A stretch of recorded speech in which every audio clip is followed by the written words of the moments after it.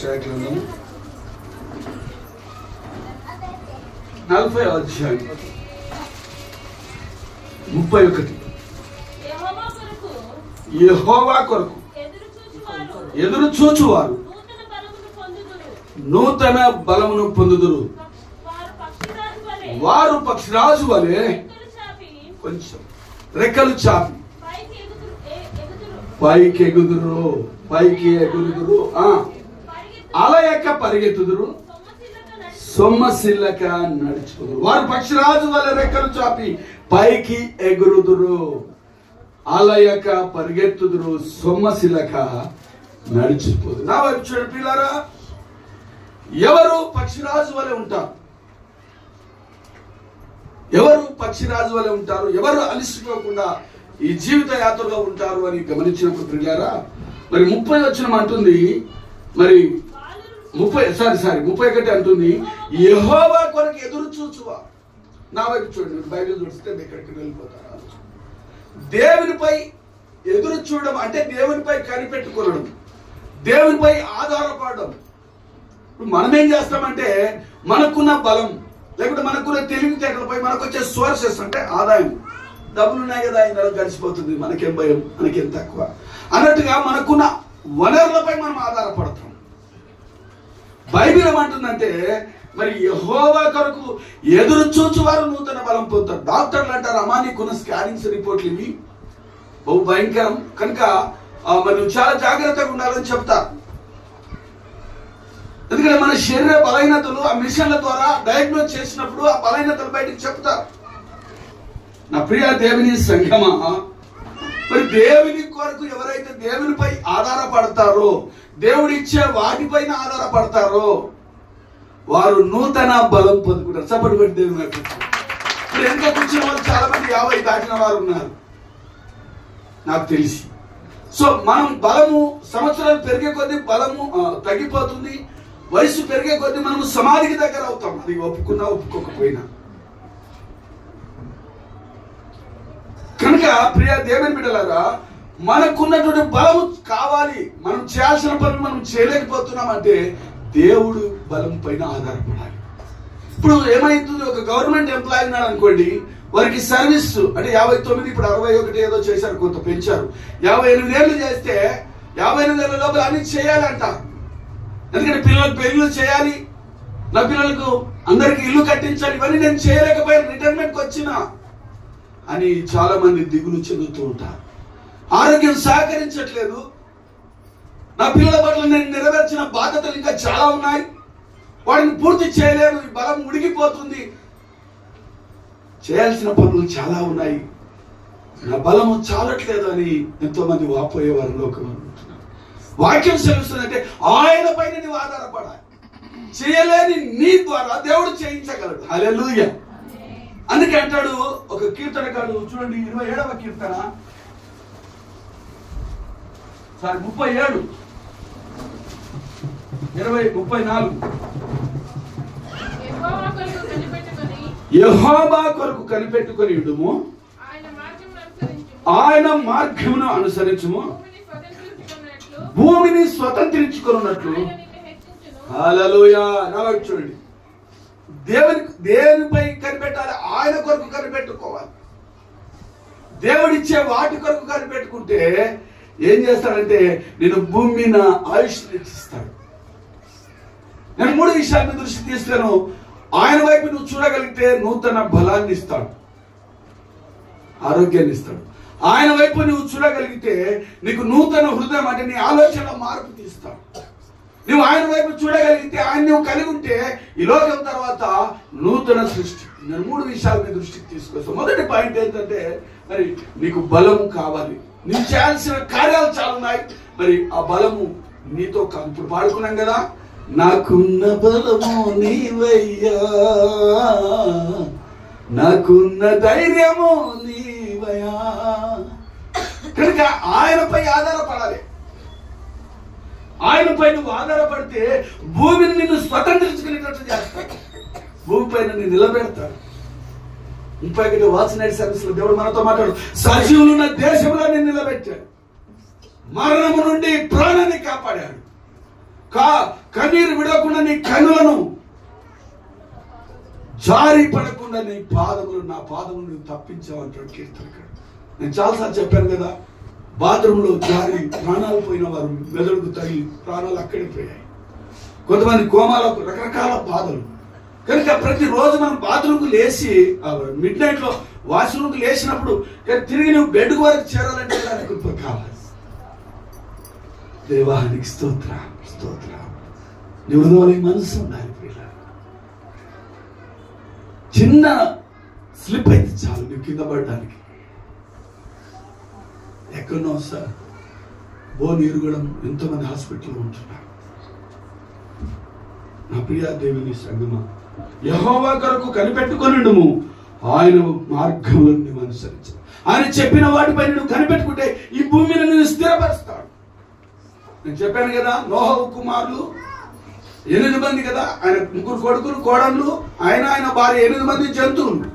వారు ఓడలో మరి బతికిన తర్వాత వారు భూమి మీద దిగారు.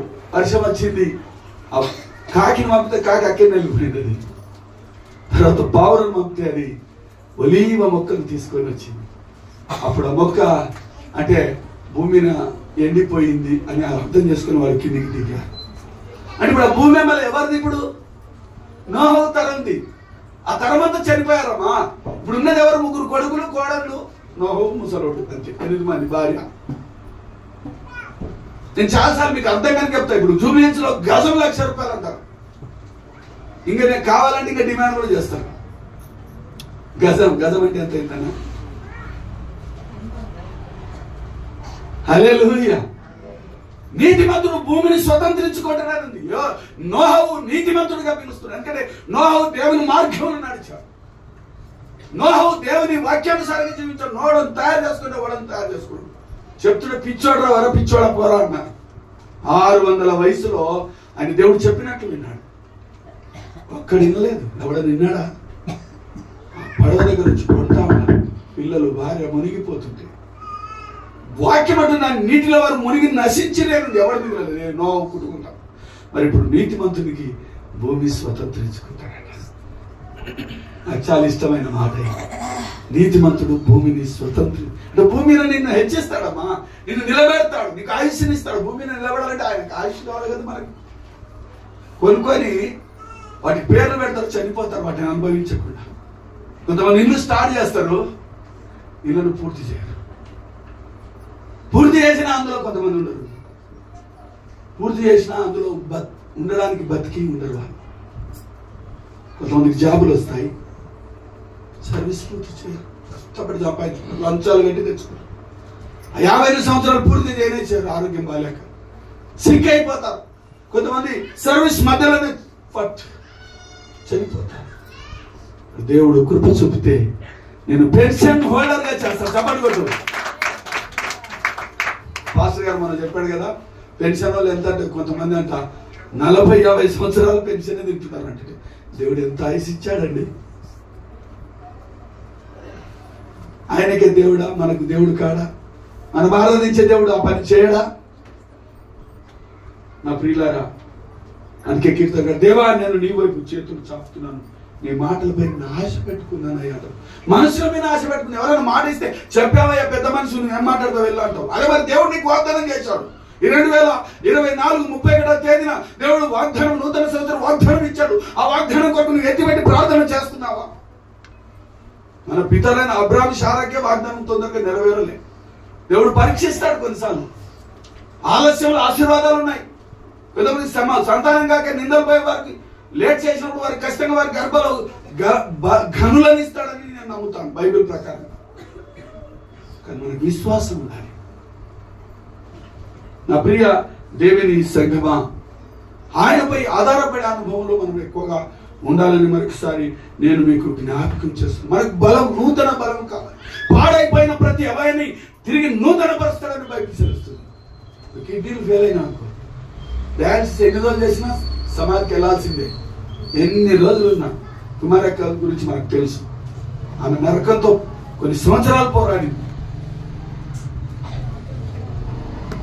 వాక్యం అంటుంది పాడైపోయిన ప్రతి అవయాన్ని తిరిగి నూతన పరుస్తాడు. చప్పటి కొట్టండి.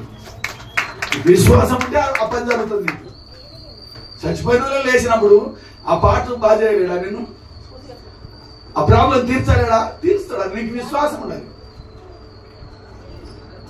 కీర్తన 27:14 కూడా ఒక అద్భుతమైన మాట గుర్తు చేస్తాను. ఈ కొత్త సంవత్సరంలో ధైర్యం తెచ్చుకోవాలి. మనం యెహోవా కొరకు కనిపెట్టుకొని ఉండుము, ధైర్యము తెచ్చుకొని. నువ్వు ఆయనపై ఆధారపడితే నీకు ధైర్యం వస్తుందమ్మా. లేకపోతే ధైర్యం చెడి సూసైడ్ చేసుకున్న వారిని ఎంతమంది చెప్పాలి. కరోనా టైంలో ఎటు దిక్కుతోచక ఆత్మహత్య చేసుకున్న వాళ్ళు కూడా ఉన్నారు కొంత లిస్టు. వారికి ఏమై ఉండొచ్చు అంటే వారికి ధైర్యం చెడిపోయింది. ఏంది పరిస్థితి ఇలా అయిపోయింది, ఇంకా మన బతుకులు ఇంతేనా అని వాళ్ళు మరణం వరకు బలవంతపు మరణాల వరకు ఆ పని చేయొద్దండి. మీరు దేవునిపై ఆధారపడండి, దేవుని అడగండి. దేవుని ఆత్మ మీ పైకి వచ్చినప్పుడు నీవు చేయలేని కార్యాలు నీ ద్వారా దేవుడు చేస్తాడు. నేను గుర్తు చేశాను కదా, దేవా ఒకవేళ నీకు నాకు అడ్డుగా ఉన్నది, ఒకవేళ నా విధేయత, నేను చేసిన ఘోరమైన కార్యాలు ఏమైనా ఉంటే దయతో నన్ను క్షమించు అని నువ్వు పలకగలిగితే ఆ మూసుకొనున్నాయి అలా తెరిచేస్తాడు. హల్లెలూయా. ఆయన తెరవగా ఎవడు మూయలేడు. ఇది నీకు అర్థమైందో దేవునితో నువ్వు పోరాడతావు, దేవునికి ఇంకా దగ్గర అయిపోతావు. ఆయన ఇస్తుంటే వాడు ఆపగలడు, ఎవరితో కాదదే. అందుకంటాడు నువ్వు ధైర్యము తెచ్చుకొని నిబ్బరము కలిగి నీ ముందు. పక్షిరాజు అంట, పక్షిరాజుని ఎందుకు పోలుస్తున్నాడు? ఆ పోలిక ఎందుకు? సైంటిస్టులు అది ఒప్పుకుంటున్నారు. ఎందుకంటే ఆ పక్షిరాజు ఒక 40 సంవత్సరాల చుట్టూ బలం ఉడిగిపోతుందట. బలం ఉడిగిపోయినప్పుడు దాని గోర్లు అవన్నీ కూడా మరి వేటాడి తీసుకొని తినాలంటే, మీరు చూసారా ఒకసారి సెల్ ఫోన్ చూస్తే ఎక్కడో అది ఆకాశం మధ్యలో కనబడుతుంది. నీటిలో ఉన్న చేపలు, పెద్ద చేపలు, అది మోయలేనంత బరువు. నాకు తెలిసి దానికైనా ఎక్కువ బరువు అన్నట్టుగా అనిపించింది నాకు ఆ చేపలు. అది కింది నుండి వచ్చి ఆ కాళ్ళకున్న బలంతో పట్టేసి కొంచెం లేట్ అయింది, కనిపించదు. కొన్ని క్షణాల తర్వాత చూస్తే పెద్ద చేప నాకు కాళ్ళకు బిగించుకొని బయటకు తీస్తుంది. ఎవరిచ్చారో అంత అసలు ఆశ్చర్యపోయాను నేను చూసి. అరే అందుకే రాయించాడు పరిశుద్ధాత్ముడు బైబిల్. ఈ పక్షిరాజు యొక్క ప్రత్యేకత కన్నారా టీవీలో, మన సెల్ ఫోన్ లో మనం చూస్తుంటాం. ఎక్కడ నుండి కట్టుకుని కట్టేసి కాళ్ళతోనే పట్టే బలం ఇవ్వడిచ్చాడు దానికి. బైబిల్ తెలుస్తుంది పక్షిరాజు యవ్వనం వలె, పక్షిరాజు బలం వలె. అది రెక్కలు చాసి అది ఎప్పుడు కూడా అలిసిపోయినట్టు కనపడదు. అదంట అది ఎప్పుడు కూడా మధ్యాకాశంలో ఉంటుంది, ఎక్కడ కింద ఉండదు, ఉన్నతమైన స్థితిలో ఉంటుంది. అయితే దాని యొక్క ఆయుష్ 70-80 సంవత్సరాలంట. కొన్ని వందల రెక్కలు ఉంటాయి. అయితే అది ఏం చేస్తుందంట, ఆ రెక్కలను ఆ యొక్క ముక్కు ఈ గోర్లతోనే అది బతికేది. దానికి ఉన్న ఆయుధాలు, వెపన్స్ ఏంటంటే, ఆయుధం ఏంటంటే వాటితోనే పట్టుకోవాలి, తినాలి. ఇవి పోయినాం అనుకో ఏం పని చేయదు. సో అవి ఏం చేస్తుంటే వాటిని ఒక రాయి మీద, ఎత్తమైన పర్వతం మీద పోయి ఉపవాసం ఉండి ఆ రెక్కలన్నీ కూడా పెరికి వేసుకొని ఆ గోర్లు ఆ ముక్కు అంతా కూడా కొట్టుకొని మొత్తం రక్తసిక్తం చేసుకుంటున్నట్టు. అట్లా చేసుకున్న తర్వాత కొన్ని రోజుల తర్వాత అది చాలా నెలలు మౌనంగా ఉంటుందట. ఆ తర్వాత తిరిగి గోర్లు రావడం ప్రారంభిస్తారు. నూతనమైన గోర్లు, నూతనమైన ముక్కు వచ్చేస్తుందట. తిరిగి 30 సంవత్సరాలు ఆయుష్ను వెచ్చిస్తాడు. హల్లెలూయా. 30 సంవత్సరాల ఆయుష్. ఇది సైంటిస్టులు చెప్పారు, బైబిలే కాదు, సైంటిస్టులు కూడా చెప్తున్నారు ఈ మాట. నా ప్రియ దేవుని సంగమం, పక్షిరాజు యవ్వనం వలె నీ యవ్వనం కొత్తగా వచ్చినట్టు ఆయన బలముతో, మేలుతో నిన్ను తృప్తిపరుస్తాడు. ఎప్పుడు నీవు ఆయన వైపు చూడడం నేర్చుకోవాలి, ఆయన కొరకు కనిపెట్టుకోవడం నేర్చుకోవాలి, ఆయనపై ఆధారపడడం నేర్చుకోవాలి, ఆయనపై ఆనుకోవాలి. ప్రతిదానికి కూడా నువ్వు ఆయనే. హల్లెలూయా. కనుక ప్రియులారా, మరి రాజు అనే మీకు తెలుసు కదా, చచ్చిపోతావు, నీ కుటుంబాన్ని చక్కగా చేసుకోరా బాబు అని చెప్పాడు. ఆయన వెళ్ళగానే ముఖం తప్పి ఏడ్చాడు. దేవా నన్ను ఒకసారి జ్ఞాపకం చేసుకుంటే. తిరిగి ఆయన కన్నీరు చూసి 15 సంవత్సరాలు ఆయుష్ని హెచ్చించాడు. హల్లెలూయా. ప్రతి సంవత్సరం ఈ వాక్యం చెప్తున్నాను, నేను చెప్పదలుచుకోలేదు. ఆయన ఆయుష్ను హెచ్చించేవాడు, ఆయన బలాన్ని ఇచ్చే దేవుడు. కనుక ఆయనపై నువ్వు ఆధారపడాలి. అందుకే నా వలన నీకు దీర్ఘాయువు కలుగును, నీవు జీవించు సంవత్సరములు అధికములగును. హల్లెలూయా. నేను ఒకసారి చెప్పాను కదా, ఒక అమెరికా దేశంలో జాన్ అనే ఒక వ్యక్తి పెద్ద ఆస్తిపరుడంట. ఆయన క్యాన్సర్ వ్యాధి వచ్చినప్పుడు ఆయన డాక్టర్లకి కొన్ని 3 నెలలను చనిపోతామని చెప్తే ఆయన ఆ కారు నడుపుకుంటూ వస్తున్నప్పుడు మరి ఒక సిగ్నల్ దగ్గర ఆగాడట. సిగ్నల్ దాటిపోలేం కదా, సిగ్నల్ కాడ ఆగి వెయిట్ చేస్తే అక్కడ భిక్షగాళ్ళు ఒక ఫ్లొకార్డ్ అంటే చిన్న ఇలా రాసుకొని కట్టెలు పట్టుకుంటారు, ఊరేగింపు చేస్తారు కదా ఎప్పుడైనా ధర్నాలు చూసినప్పుడు. దానిపై ఒక మాట ఉందంట, పుచ్చుకొనుట కంటే ఇచ్చుట ధన్యత. అతనికి అనిపించిందంట, అరే మరి నాకు కింద ఉంది కదా, నేను ఎవరికి ఇవ్వాలి ఇదంతా అనే ఆ వాక్యం యేసుప్రభువు చెప్పిన మాటను గుర్తు తెచ్చుకొని ప్రియులారా తన ఆస్తి అంతా కూడా పేదలకు ఆశ్రమాలకు రాసేసి. ఆశ్చర్యం ఏమిటంటే 33 సంవత్సరాలు ఆయన ఆయుష్ని హెచ్చించాడు. సపోర్ట్ కూడా దేవుని నిజంగా జీవితంలో మన జీవితంలో అలాంటి అద్భుతాలు చూడాలి అంటే మరి నా తల్లి గర్భంలో నేను పుట్టినప్పుడు నేను చనిపోవాలి, మా తల్లి చనిపోవాలి. కానీ దేవుని మహాకృప నా తండ్రి ప్రార్థన బట్టి 15వ ఏట నేను 10th క్లాస్ చదువుతున్నప్పుడు మా తల్లి ప్రభునందు నిద్రించాను. చాలా మంది ఇప్పటికి వెళ్తారు, యోనాతాన్ నువ్వు పుట్టినప్పుడు మీ తల్లి చనిపోయేది అంటారు. కానీ ఆ తల్లి స్వరూపాన్ని, తల్లి రూపమేంటో ఆమె పేషెంట్ లాగా ఉండేది, పక్కగా. ఆమె అసలు తల్లి రూపమేంటో కూడా నాకు తెలియకపోయేది. కానీ నా తండ్రి ప్రార్థన పరుడు. ఆయన రేపు చనిపోతాడంటే 3 గంటల వరకు లేచి ప్రార్థన చేసేవాడు. అలాంటి కడుపులో పుట్టిన నన్ను నా తల్లిని చూసి కృప దేవుడు నా తండ్రి ప్రార్థన బట్టి నేర్చాడు. నా ప్రియ దేవుని సంగం ఆయనకి అసాధ్యం ఏమీ లేదు. నేను చెప్పాను కదా, ఈ మధ్య మా బంధువు మా చర్చ్ గొప్ప పొజిషన్లో వాళ్ళు ఉన్నారు. భార్య చనిపోయింది, కుటుంబం దుఃఖ సాగరంలో ఉంది. మా వయసులో క్యాన్సర్తో చనిపోయింది, సమాధానం లేదు. అలాంటి కుటుంబాలు ఎన్నో ఉన్నాయి. ఆయనకి అసాధ్యం లేదని ఆయనపై నువ్వు ఆనుకోవాలి. దేవుడు నీకు గొప్ప కార్యాలు నీ పట్ల జరిగిస్తాడు అనే సత్యాన్ని రావుపేట నేను జ్ఞాపకం చేస్తున్నాను. నీ పక్కన 1000 మంది కూలినా, కుడి పక్కన 10,000 మంది కూలినా అపాయం నీ దగ్గర రాదు. ఎందుకంటే నువ్వు ఆయనపై ఆధారపడ్డావు కనుక. మొదటిది ఏంటి? నూతన బలం. బలం కాదు, నీకున్న బలం చాలు, నీకున్న జ్ఞానం చాలు కనుక ఆయనపై నువ్వు. 2వ పాయింట్లోనికి వెళ్తున్నాను, నీకు నూతన హృదయం ఇస్తాను. యెహెజ్కేలు గ్రంథం 36వ అధ్యాయం 26వ వచనం నాకు సహాయం చేయండి. యెహెజ్కేలు గ్రంథం 36వ అధ్యాయం 26వ వచనం.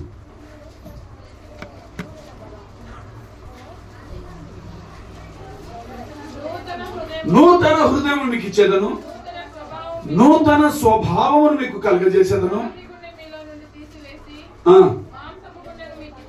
చాలు, మనకేం కావాలి? మన హృదయం నూతన హృదయం ఇస్తాడంట. ఆయనపై ఆధారపడితే అంటే మన హృదయం, పాత హృదయం ఏమైంది?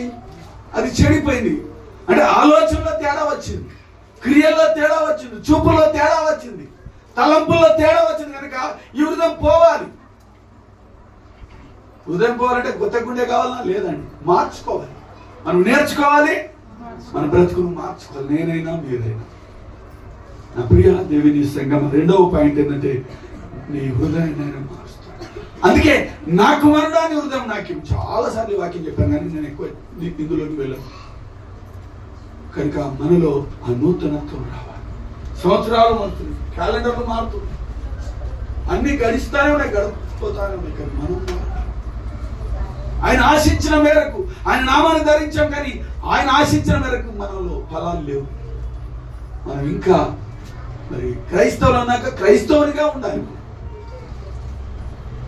కానీ మనలో చేదు జీవితాలు చూస్తున్నాం, శాపకరమైన జీవితాలు మనం ఇంకా చేస్తున్నాం.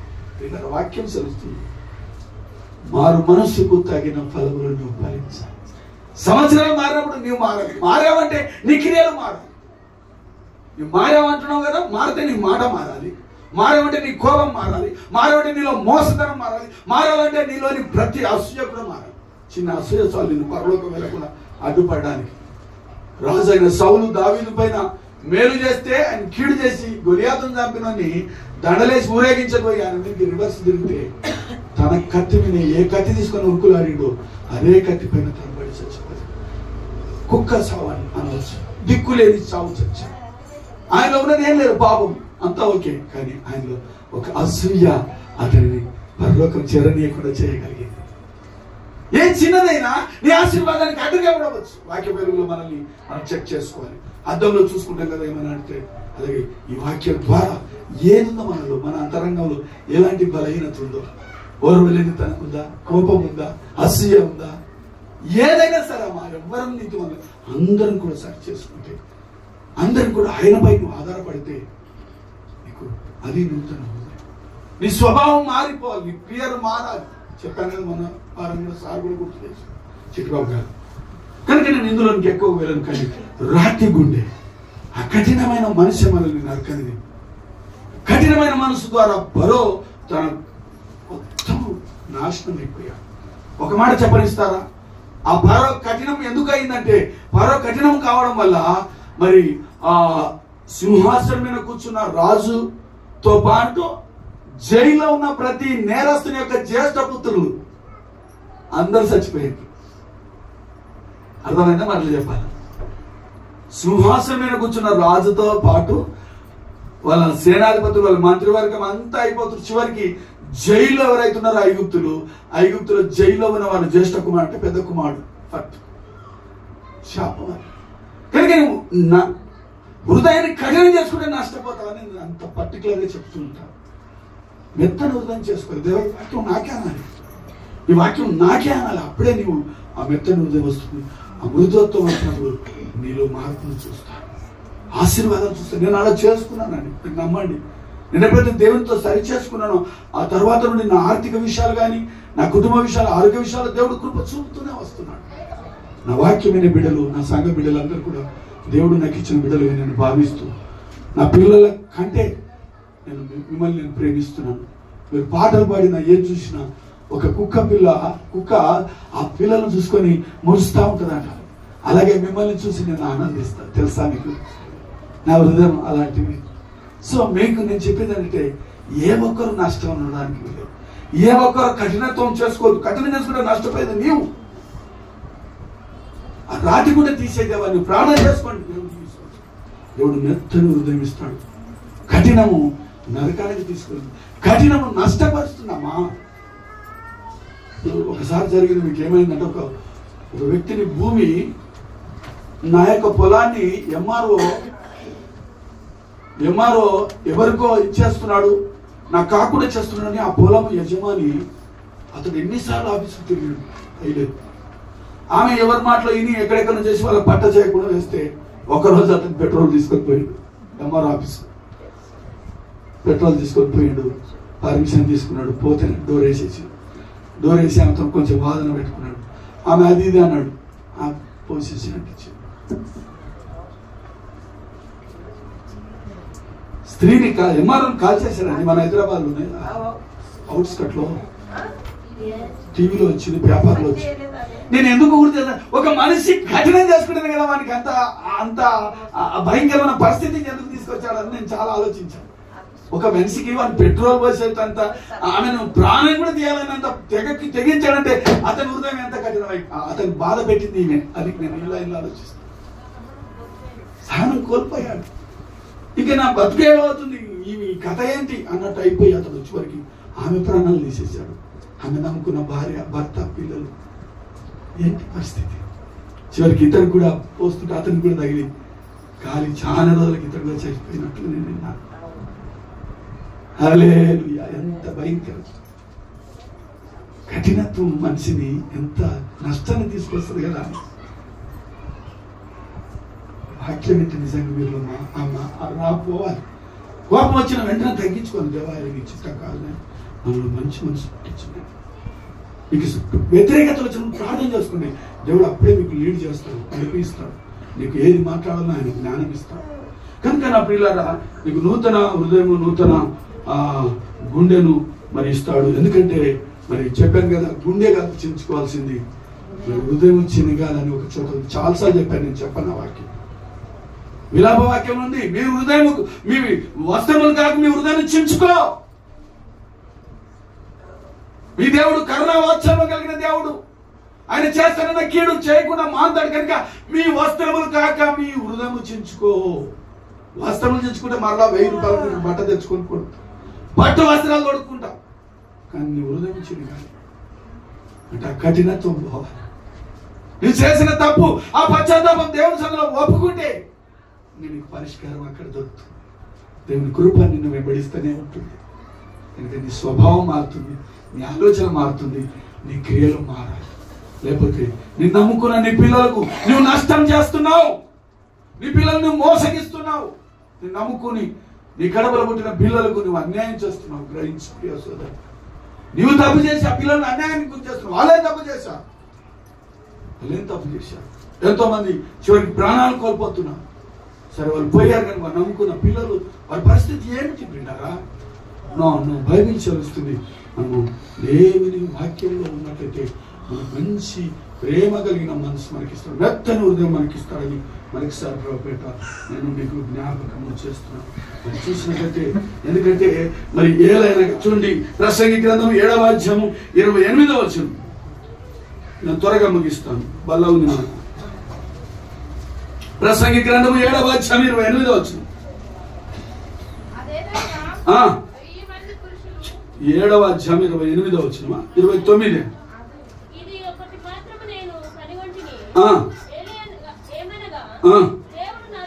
దేవుడు నరులను యథార్థవంతులుగా సృష్టించను గాని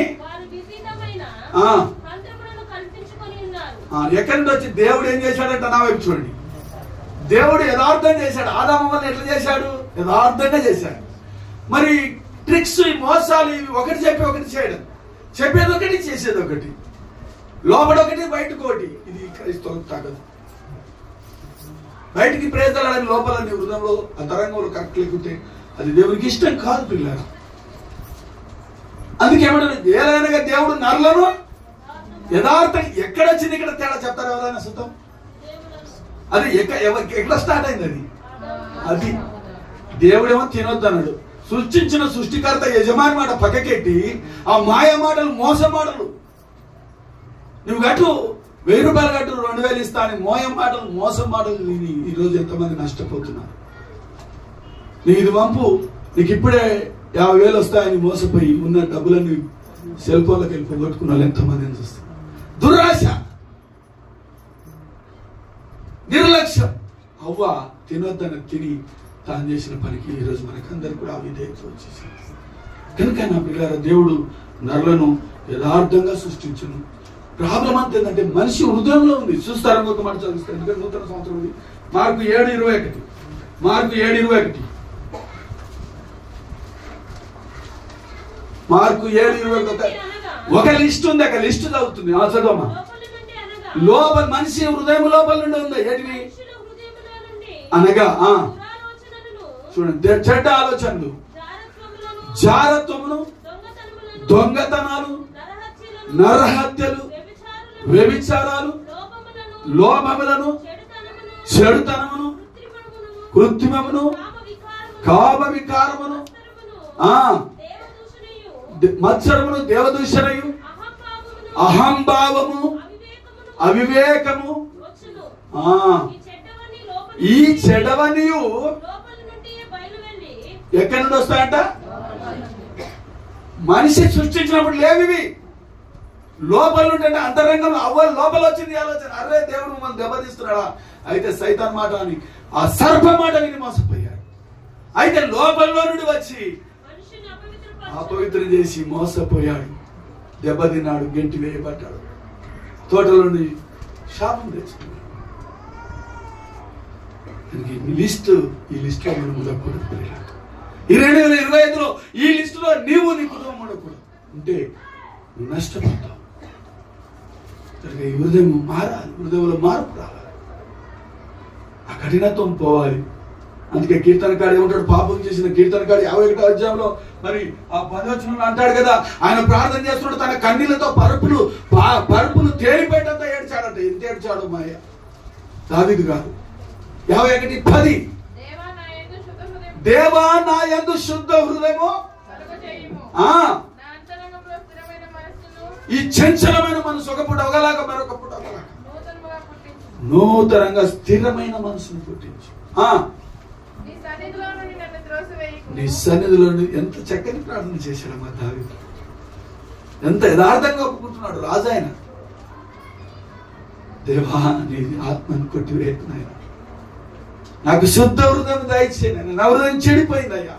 నేను చూడరాని దృశ్యం చూసి నా సేవకుని యొక్క భార్యతో నేను పాపం చేశాను, ఆమె భర్త నేను చంపించాను. ఎంత యథార్థంగా ఒప్పుకుంటున్నాడు ఆయన. 16-17 చూడమ్మా. నీవు బలిని కోరువాడవు కావు, కోరిన ఎడల కాదు.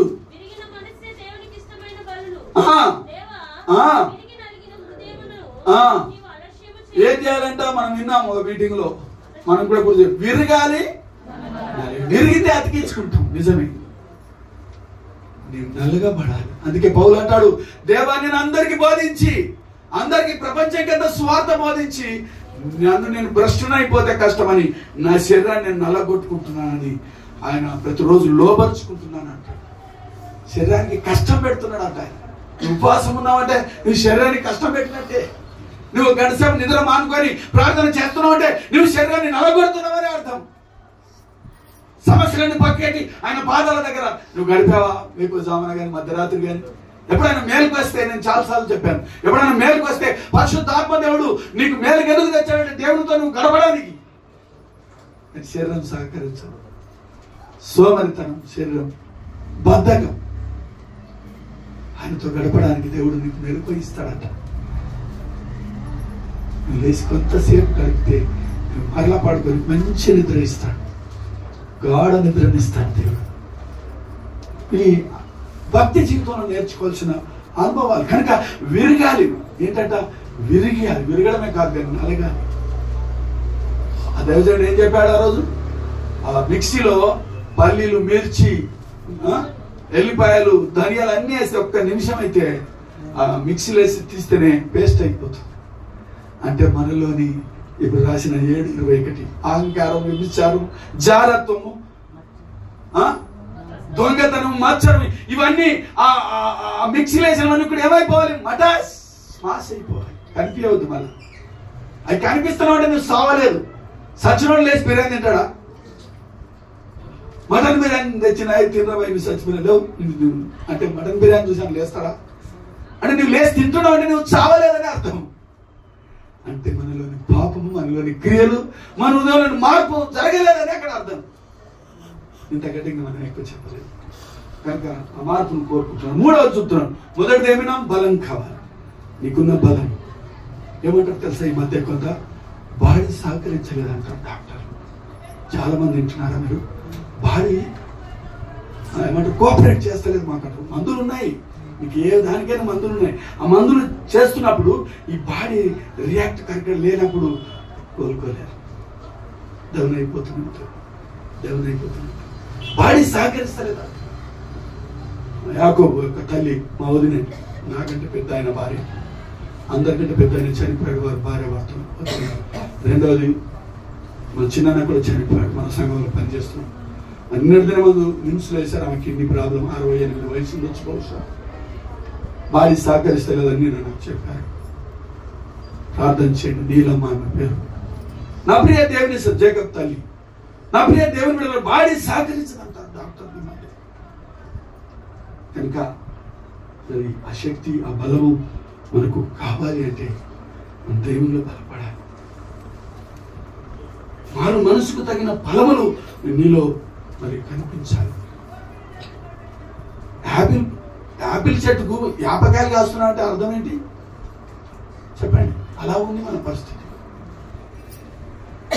మనం మారేమంటే మరి తీయకుండా కదా ఫలాలు, ఇంకా చేదుకున్నాయండి.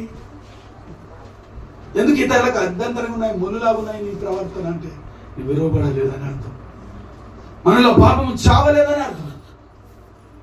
దేవుని ఆత్మ ఉంటే వెంటనే నేను ఒప్పుకున్నామంటది.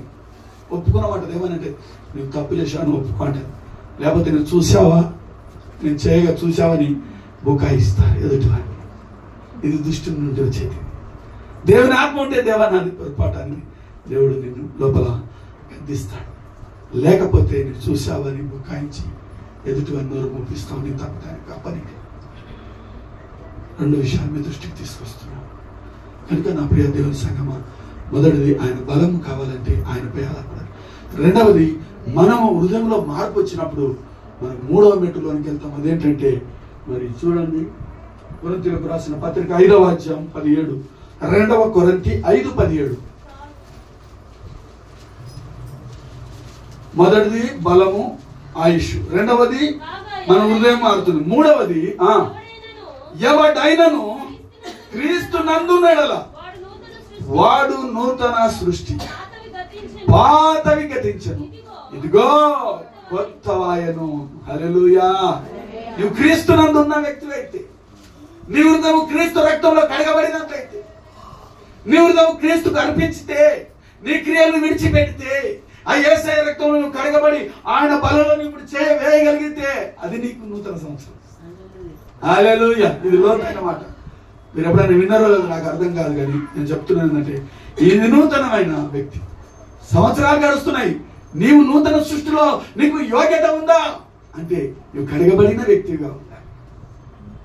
నీవు యేసయ్య రక్తంలో కడగబడాలి, ఆయన బలంలో చేయి వేస్తే నీకు నూతన సృష్టి. నూతన బలము ఆయుష్ ఎట్లా వచ్చిందో, నీ హృదయం మార్చబడిందో. ఇప్పుడు ఈ 2 అయిపోయిన 3వది ఏంటంటే ఈ లోకం ముగిస్తే నీకు పరలోకం. ఇక్కడ మస్తున్నాయి నీకు బ్యాంకు బ్యాలెన్సులు, ఆస్తులు ఉన్నాయి. ఆ ప్రాపర్టీలకు పేర్లు పెట్టుకుంటారు కొంతమంది. విఠలరావు నగర్ అని పెడతారు, అంటే ఆయన సంపాదించే ఏరియా అంతా ఆయన పేరు, ఆ నగర్లకు పేర్లు పెడతారు. చనిపోతే చేతులు ఖాళీ చేతులతో వెళ్ళిపోవాలి. నా ప్రియ దేవుని సంగమా, ఇక్కడ నీకు ఎంతైనా ఉండొచ్చు, ఎంతమంది భార్యలు, ఎంతమంది పిల్లలున్నా నీకు అక్కడ నీకు నూతన సృష్టిగా ఉండాలంటే కాగా ఎవడైనను క్రీస్తు యేసునందున్న ఎడల, ఇది నీవు యేసయ్యను కలిగి ఉంటేనే నీకు సృష్టి. యేసయ్యను కలిగి ఉంటేనే ఆ రాజ్యంలో నీకు చోటు. దగ్గర మెరిసే వజ్ర వైడూర మాణిక్యముల చేత 12 గుమ్మములు, 12 ప్రాకారములు కలిగిన, 12 పునాదులు కలిగి, 12 ముత్యముల చేత కట్టిన, ఏడుపు లేని, మరణము లేని, దుఃఖము లేని, చావు లేని, చీకటి లేని రాజ్యం. గేట్లు వెయ్యారు, ఎప్పటికక్కడ పేదరయ్యా ఉంటారు. పేదరు గారు చీకటి లేదు అక్కడ. కరెంటు బిల్లు కూడా కట్టాల్సిన అవసరం లేదు. ప్రకటన గ్రంథంలో రాయబడి చదివించాం 20 గంటలు ఉంటుంది. ఆ రాజ్యంలో, ఆ సృష్టిలో నూతనమైన సృష్టి అదంతా. ఇదిగో పాతవి గతించను, కొత్త అంటే నూతన సృష్టి, నూతన సృష్టి. అక్కడ ఏంటంటే తెలుసా, జింక అంటే దుప్పిలు, సింహాలు, పులులు కలిసి సహవాసం చేస్తారు. స్తోత్రం చెప్పండి. అంటే ఎక్కడ పోయింది ఆ ద్వేషం? అది చూసే పట్టేసి తినేస్తుంది. చంపి నాకిడవదు అది. పులి కానీ సింహం కానీ కలిసి ఉంటున్నాయి. సమాధానకరమైన ప్రేమ కలిగిన నిత్య రాజ్యములు నీవు నేను ఉండాలంటే నీవు క్రీస్తు యేసు నందు ఉండాలి. నీవు నిలిచిన వ్యక్తిగా ఉండాలి. ఆయన రక్తంలో కడగబడిన వ్యక్తిగా ఉండాలి. ఆయన బలలో చేయి వేయాలి. అప్పుడే నువ్వు నూతన సృష్టిని. లేకపోతే ఈ సంవత్సరాలు ఎన్నైనా గడుస్తాయి, ఎన్ని రోజులు బతికినా నీ అడ్రస్ అగ్ని ఆరదు, పురుగు చాలు. బతుకోవచ్చు. హిందువులు కూడా, అన్యులు కూడా బతుకుతున్నారు. దేవుని ఎరగని వారు కూడా 100 సంవత్సరాలు బతుకుతున్నారు. ఒక ఆయుష్యం ముఖ్యం కాదండి. బైబిల్ అంటే భక్తులను ఎందుకు తీసుకున్నారంటే ఈ చెడును చూడకుండా కొంతమంది తీసుకుపోతాడంట దేవుడు. తెలుసా మీకు? బైబిల్లో కూడా ఉన్నాయి. భక్తుల మరణం ఎందుకు విలువైనదంటే ఈ దుష్ట లోకంలో ఎక్కువసేపు వాళ్ళని పెట్టాడు. వాళ్ళు అపవిత్రులైతారని వాళ్ళని తీసుకెళ్తారట. ఆయన ఆలోచన. అందుకే ఒక ఆయుష్ గొప్ప అంటే చాలా మంది ఆయుష్ అంటే ఎంత భక్తి మంత్రులు అన్నాం. ఆయుషే నీ నీతికి ఈ డబ్బు మూలం కాదు, నీ నీతికి ఆయుష్ మూలం అసలే కాదు. భక్తుల మరణము విలువైనది. యెహోవా దృష్టికి భక్తుల మరణం విలువైనది అనేది వాక్యం. చనిపోతున్నారంటే ఆయన పిలుచుకుంటాడు, ఆయన ఇష్టం, మనకు తెలియదు. సరే, మన ప్రాబ్లం ఏంటంటే ఆ నిత్య రాజ్యానికి, ఆ నూతన సృష్టికి మనం ఉండాలి. నేను చెప్పే మాట ఏంటంటే మొదటి ఈ లోకంలో నువ్వు బాగుండాలి, ఈ లోకంలో కూడా నువ్వు నెమ్మది ఉండాలి, ఈ లోకంలో నువ్వు సమాధానం కలిగి ఉండాలి. నువ్వు భూమిని స్వతంత్రించుకొని నీ పిల్ల పాపలతో ఇక్కడ వర్ధిల్లాలి, ఈ లోకం ముగించాలి. నీవు మారినప్పుడు, నీ హృదయం మారినప్పుడు నీవు ఆశీర్వాదపడుతుంది. ఈ లోకం ముగించబడితే అక్కడ నేను ఆ నిజమైనటువంటి పరలోక ఆనందంలో నీవు అందరూ ఉండాలంటే నీవు యేసయ్య రక్తంలో కడగబడిన వ్యక్తులు ఉంటే అతి గొప్ప కృప దేవుడు మధ్యాహ్న కాలం మనకు దేవుడు దయచేసి దీవించును.